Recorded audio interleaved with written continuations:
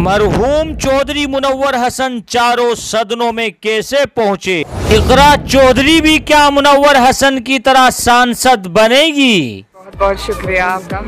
पहला सवाल हमारा ये कि आपने पहली बार मेवात को देखा है, कैसा लगा आपको? बहुत ही इतना प्यार और इतना मान सम्मान हमें यहाँ पर मिला और रईस भाई यहाँ से हमें स्पेशल इनवाइट करने इतनी दूर गए थे। इकरा चौधरी का मेवात इस्तकबाल करने वाला रईस कौन है? इस वक्त इकरा चौधरी मेवात के सफर पर पहुंची और रईस खान ने उसका इस्तकबाल किया तो विपक्ष में उसका चर्चा खूब होने लगा और इकरा चौधरी विपक्ष के खेमों में हलचल मचाने लगी।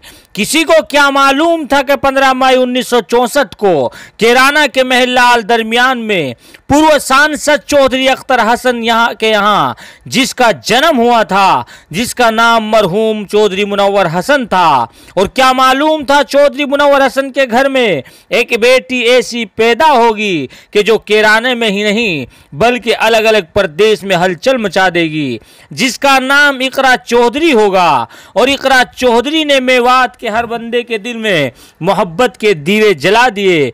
आइए पहले हम इकरा चौधरी के पापा के बारे में यानी चौधरी मुनव्वर मरहूम चौधरी मुनव्वर हसन के बारे में कुछ अनोखी बातें करेंगे।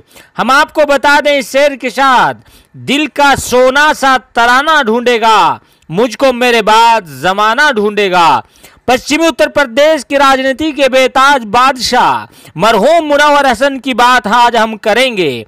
15 मई 1964 को कैराना के महल दरमियान में पूर्व सांसद चौधरी अख्तर हसन के यहाँ उनका जन्म हुआ था।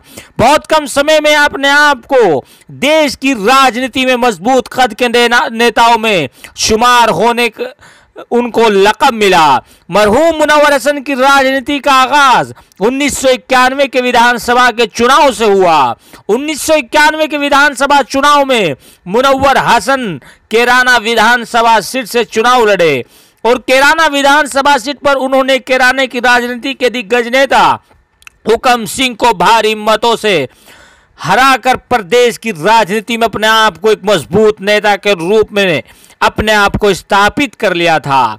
1993 में फिर चुनाव हुए। 1993 के चुनाव में भी मरहूम मुनव्वर हसन ने हुकम सिंह को और भी अधिक मतों से हराकर मुलायम सिंह के करीब नेताओं में शुमार करा लिया। मुनव्वर हसन मुलायम के कुछ खास नेताओं में से एक नेता बन चुके थे। 1996 में मुनव्वर हसन को कैराना लोकसभा सीट से समाजवादी टिकट पर चुनाव में उतारा गया। 1996 में मुनव्वर हसन ने समाजवादी के टिकट पर कैराना के लोकसभा सीट को भी अपने नाम करा लिया। 1998 में समाजवादी पार्टी के उन्होंने राज्यसभा भेज दिया गया और राज्यसभा सांसद रहते ही 2003 में समाजवादी के अध्यक्ष मुलायम सिंह यादव ने उन्हें सहारनपुर विधान परिषद से सीट से चुनाव मैदान में उतारा और इस सीट पर फिर उन्होंने भारी मतों के साथ जीत दर्ज की और अपने नाम गिनीज बुक ऑफ वर्ल्ड में दर्ज करा लिया, क्योंकि मुनव्वर हसन देश के एकमात्र ऐसे नेता बन चुके थे जो मात्र 44 साल की उम्र में देश के चारों सदनों में पहुंचे। उसके बाद एमएलसी रहते हुए 2004 के लोकसभा चुनाव में मुनव्वर हसन मुजफ्फरनगर लोकसभा सीट से चुनाव लड़े और कैराना से राष्ट्रीय लोकदल के प्रत्याशी के रूप में अनुराधा चौधरी चुनाव मैदान में उतरी।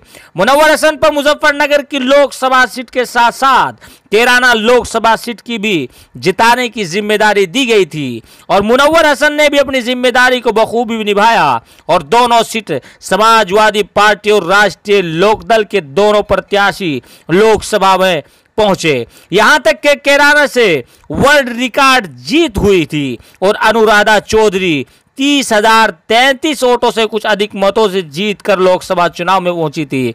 अब देखना दिलचस्प ये होगा, क्या इकरा चौधरी भी सांसद यानी लोकसभा का चुनाव लड़ती है तो क्या वो भी अपने पापा मरहूम चौधरी मुनव्वर हसन की तरह ये बड़ी जीत दर्ज करती है नहीं करती है।